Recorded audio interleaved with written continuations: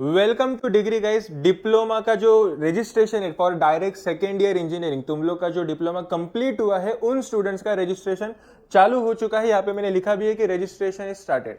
अभी वो रजिस्ट्रेशन करना कहाँ पे है, तो सीईटी का एक ऑफिशियल वेबसाइट होता है cetcell.mahacet.org। मैं लिख के बताता हूँ, cetcell.mahacet.org। वहां पे एकेडमिक ईयर 25-26 पे जाके वहां पे एक नया पोर्टल ओपन हो जाएगा। वहां पे डायरेक्ट सेकेंड ईयर लिख के आता है एंड वहां पे न्यू ब्लिंक हो रहा है। इसका मतलब वो रजिस्ट्रेशन चालू हो चुका है। वो रजिस्ट्रेशन 4 जुलाई को स्टार्ट हुआ है। उससे रिलेटेड अभी क्या प्रोसेस है, एडमिशन का प्रोसेस क्या होने वाला है, मैं अभी वो तुम लोग को बताने वाला हूं। लेकिन उससे पहले क्या एलिजिबिलिटी क्राइटेरिया होना चाहिए तुम लोग का, वो पहले थोड़ा सा एक्सप्लेन करता हूँ। फर्स्ट थिंग, आपका जो डिप्लोमा है वो एक ऑथोराइज्ड यूनिवर्सिटी से, सॉरी पॉलिटेक्निक से कंप्लीट होना चाहिए।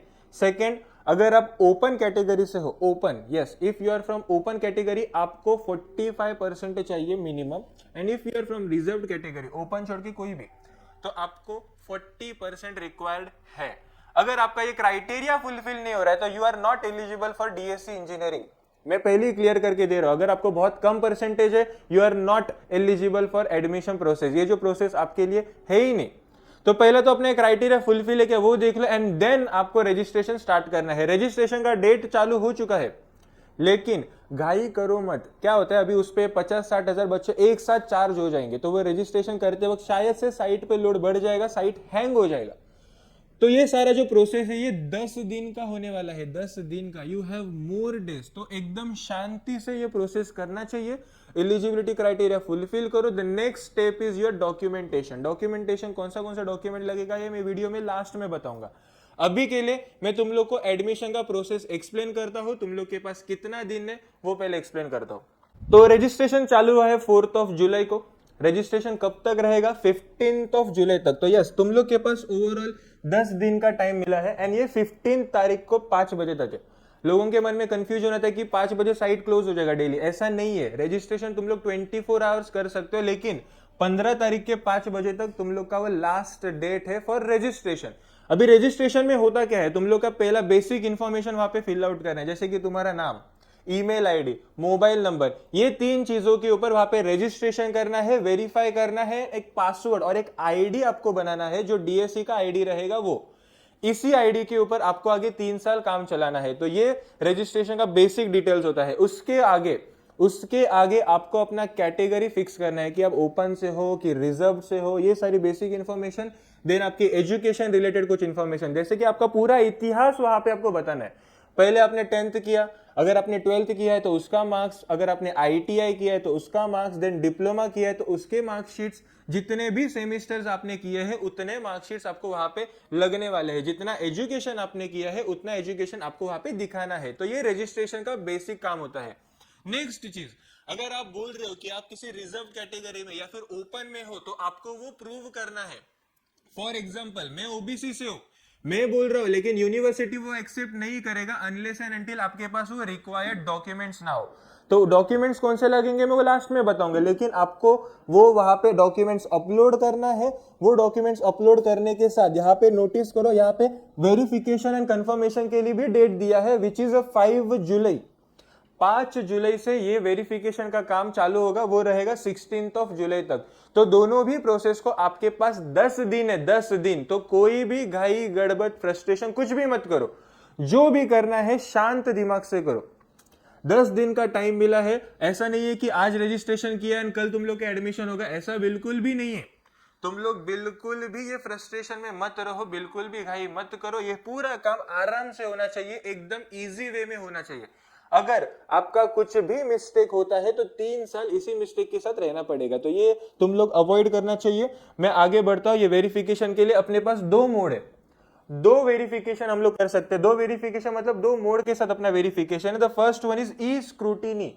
ई स्क्रूटिनी, ये नया वर्ड आया स्क्रूटिनी इस साल। पहले हम लोग एफसी सेंटर, एआरसी सेंटर बोलते थे, इस बार हम लोग इसे एससी सेंटर बोलेंगे। स्क्रूटिनी सेंटर बोलता है। ई स्क्रूटिनी एंड फिजिकल स्क्रूटिनी, ऐसे 2 मोड अपने पास अवेलेबल है। ई स्क्रूटिनी मतलब क्या, जितना भी डॉक्यूमेंट्स तुम लोग अपलोड कर रहे हो उसे ऑनलाइन वेरीफाई करो। अगर तुम लोग के आसपास कोई इंजीनियरिंग कॉलेजेस नहीं है तो उसे ऑनलाइन वेरीफाई करो। एंड फिजिकल स्क्रूटिनी मतलब क्या, आपको वहां पे जाना होगा, सारे डॉक्यूमेंट्स लेके, वहां पे 2 सेट लगते हैं, 2 बंच लगते हैं, वो 2 बंच एक कॉलेज के पास रहेगा, एक अपने पास रहेगा, वहां पे अपने को सेंटर का स्टैंप मिलेगा। तो मेरा एक सजेशन है, ये स्क्रूटिनी करना चाहिए कि फिजिकल, मेरा सजेशन है फिजिकल करो। क्यों, सामने बैठ के अपना काम हो जाएगा, एक बार स्टैंप मिला अपना कलेजा ठंडा हो जाएगा। ई स्क्रूटिनी मतलब क्या, वो वेरीफाई हो जाता है। ई स्क्रूटिनी इस साल बहुत फास्ट हो रहा है, बहुत रैपिड स्पीड से हो रहा है। जो फर्स्ट ईयर का रजिस्ट्रेशन चाले उनका ई स्क्रूटिनी फटाफट हो रहा है, लेकिन फिर भी अपने दिमाग में डाउट होता है। बहुत सारे पेरेंट्स के कॉल आते हैं कि सर वेरिफिकेशन हो गया, अभी आगे क्या, तो वो डाउट रह जाता है। इससे अच्छा है फिजिकल स्क्रूटिनी करो, थोड़ा टाइम ज्यादा जाएगा लेकिन सेटिस्फेक्शन बराबर से रहेगा। तो ये 2 मोड अपने पास अवेलेबल है, एक तो ई स्क्रूटिनी और एक फिजिकल स्क्रूटिनी। ये फिजिकल स्क्रूटिनी के बाद अपना 18 जुलाई को प्रोविजनल मेरिट लिस्ट आएगा। अभी मेरिट लिस्ट मतलब क्या, अपना लेवल, हम लोग पूरे ऑल ओवर महाराष्ट्र में, पूरे स्टेट में, डिस्ट्रिक्ट में, अपने कास्ट में कि जनरल में, ऐसा सब मेरिट लिस्ट वहां पे प्रोविजनल मेरिट लिस्ट आता है। प्रोविजनल मेरिट लिस्ट देखने के बाद अपना सिर्फ कलेजा ठंडा होगा कि अपना मेरिट नंबर क्या है। वो मेरिट नंबर तुम लोग चेंज नहीं कर सकते, जो रिजल्ट तुम लोग का लगा है उसी के बेसिस के ऊपर वो मेरिट नंबर आता है। तो वो तुम लोग चेंज कर सकते हो क्या, वापस एग्जाम दे सकते हो क्या, तो ये सब पॉसिबल नहीं है। जो भी रिजल्ट मिला है उसे एक्सेप्ट करो, वो मेरिट नंबर को एक्सेप्ट करो। तुम लोग को बस एक चीज चेक करनी है कि अगर तुम लोग रिजर्व कैटेगरी हो तो वो रिजर्व कैटेगरी के लिस्ट में तुम लोग का नाम आ रहा है क्या, वही चेक करो। अगर वो चेक किया देन इट्स दैट्स इट, अभी तुम लोग को उसके आगे कुछ भी नहीं करना है। वो मेरिट लिस्ट आ गया, अपना मेरिट लिस्ट में नाम आ गया, अपना काम रजिस्ट्रेशन का पूरा हो चुका है, वेरिफिकेशन का पूरा हो चुका है। लेकिन इफ अगर किसी का प्रॉब्लम है, रजिस्ट्रेशन बराबर नहीं हुआ है, नाम गलत आया है, या फिर कुछ डॉक्यूमेंट्स अपलोड ना होने की वजह से तुम लोग को ओपन में कन्वर्ट किया है, तो you have a grievance period. Grievance period मतलब क्या, वहां पे तुम लोग करेक्शन कर सकते हो, जो भी डॉक्यूमेंट शायद से पेंडिंग रहेगा वो वहां पे जाके कंप्लीट कर सकते हो। द डेट इज 19 जुलाई, 19 जुलाई से लेके 21 जुलाई तक। यू हैव 3 डेज, 19, 20 एंड 21 जुलाई को 5 बजे तक ये काम चलेगा। तो ग्रेवियंस में तुम लोग करेक्शन कर सकते हो, लेकिन करेक्शन करने तक का टाइम ही ना है ऐसे तुम लोग को सोचना चाहिए। देन लास्ट 21 तारीख को जब भी अपना ग्रेवियंस कंप्लीट होगा, 23 जुलाई को अपना फाइनल मेरिट लिस्ट आएगा। इसके आगे तुम लोग कुछ भी नहीं कर सकते। अगर तुम लोग फिर भी कुछ मिस्टेक रह रहा है, this is your last chance. 23 तारीख को जब फाइनल मेरिट लिस्ट आएगा, उसके आगे तुम लोग कुछ भी कर नहीं सकते। जो भी करना है तुम लोग को 19 से 21 तक की करेक्शन का टाइम मिलने वाला है। तो फर्स्ट थिंग, आपको रजिस्ट्रेशन करना है, जो ऑलरेडी चालू हो चुका है, उसका ऑफिशियल लिंक आपको डिस्क्रिप्शन में मिल जाएगा।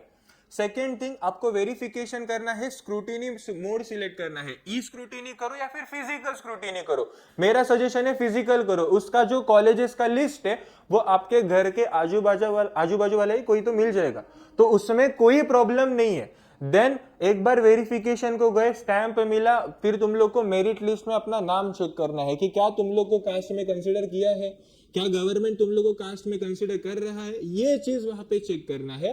That's it. Final merit list के बाद अपना आगे का ऑप्शन फॉर्म का प्रोसेस चालू हो जाएगा। उसका अभी तक कुछ भी शेड्यूल नहीं आया है। अच्छा, ये सब प्रोसेस में कुछ बच्चे रह रहे हैं जिनका केटी का एग्जाम रहेगा, जो शायद से फेल थे, वो केटी एग्जाम में ट्राई करेंगे पास होने के लिए, उनसे रिलेटेड एक भी इंफॉर्मेशन नहीं आया है। तो मैं तुम लोग को गलत इंफॉर्मेशन नहीं दूंगा, या फिर मैं तुम लोग को कुछ एक्सपेक्टेशन बढ़ा के नहीं बोलूंगा कि ये डेट एक्सटेंड होगा करके। हर साल की बात अलग होती है, रजिस्ट्रेशन का डेट एक्सटेंड होगा नहीं होगा ये किसी को मालूम नहीं होता, ये यूनिवर्सिटी डिसाइड करेगा। तो मैं उनके बारे में कुछ इंफॉर्मेशन आपको नहीं दे सकता, ये फैक्ट है। जो इंफॉर्मेशन मालूम है वो आपको प्रोवाइड की जाएगी। जो भी अपडेट्स रहेगा आरकेडमी आपको हेल्प करेगा, सारे अपडेट्स आपके पास आ जाएंगे।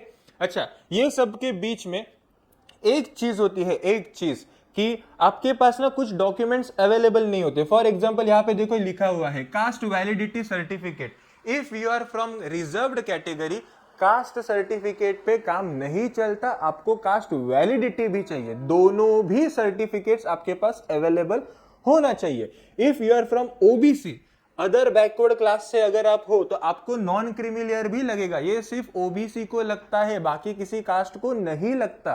वन मोर थिंग, ये जो नॉन क्रीमी लेयर है शायद से आप लोगों ने डिप्लोमा में निकाला था, लेकिन उसका एक्सपायरी चेक करो, वो हर 3 साल में बनाना होता है। उसके ऊपर जो डेट है वो 31 मार्च 2026 होना चाहिए। उससे ज्यादा है तो अच्छी बात है, लेकिन वो होना चाहिए, तो वो एक बार चेक करो। उसके साथ आपको यहाँ पे डोमिसाइल भी लगेगा। डोमिसाइल जो महाराष्ट्र, आप महाराष्ट्र से हो ये प्रूव करेगा। सो डोमिसाइल सर्टिफिकेट आपको लगने वाला है। एंड ये सब के साथ आपके साथ इनकम सर्टिफिकेट होना चाहिए। कौन सा कास्ट है, कास्ट वैलिडिटी है, नॉन क्रीमी लेयर है, एंड इनकम है, एंड डोमिसाइल। अगर आपका 8 लाख से अंदर है तो आपको इनकम सर्टिफिकेट चाहिए। उसमें IITR फॉर्म 16 ये सब इन्फॉर्मेशन नहीं लगेगा। तुम लोग को इनकम सर्टिफिकेट, उत्पन्नाचा दाखला आणि त्याच्यावरती सुद्धा 31 मार्च 2026 ही एक्सपायरी डेट असली पाहिजे।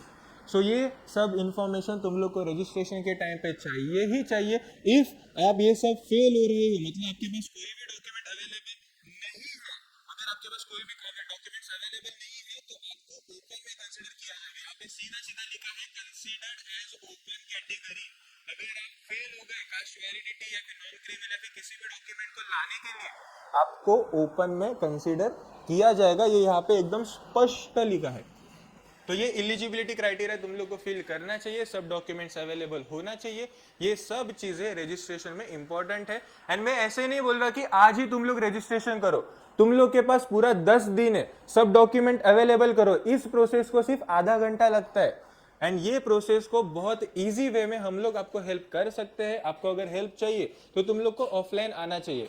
We have 3 centres now. हम ठाणे में है, नेरुल में है, कल्याण में है। वहां पे हम लोग फॉर्म भर रहे हैं।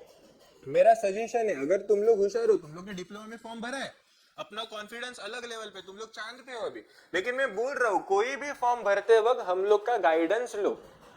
क्या होता है, अगर कोई रिलायबल सोर्स रहेगा साथ में तो अपना भी सेटिस्फाइड रहता है, मन शांत रहता है। अगर तुम लोग ने कुछ गलत फॉर्म भरा तो वापस स्क्रूटिनी जाओ, वहां पे वापस करेक्शन आएगा, वापस तुम लोग फॉर्म भरोगे। ये सब के बीच में बहुत सारा प्रॉब्लम हो सकता है। एंड सब प्रॉब्लम के ऊपर मैं वीडियो बनाऊंगा, हर एक चीज को कैसे सॉल्व करते हैं वो बताऊंगा, छोटा डिटेल आपके साथ शेयर करूंगा।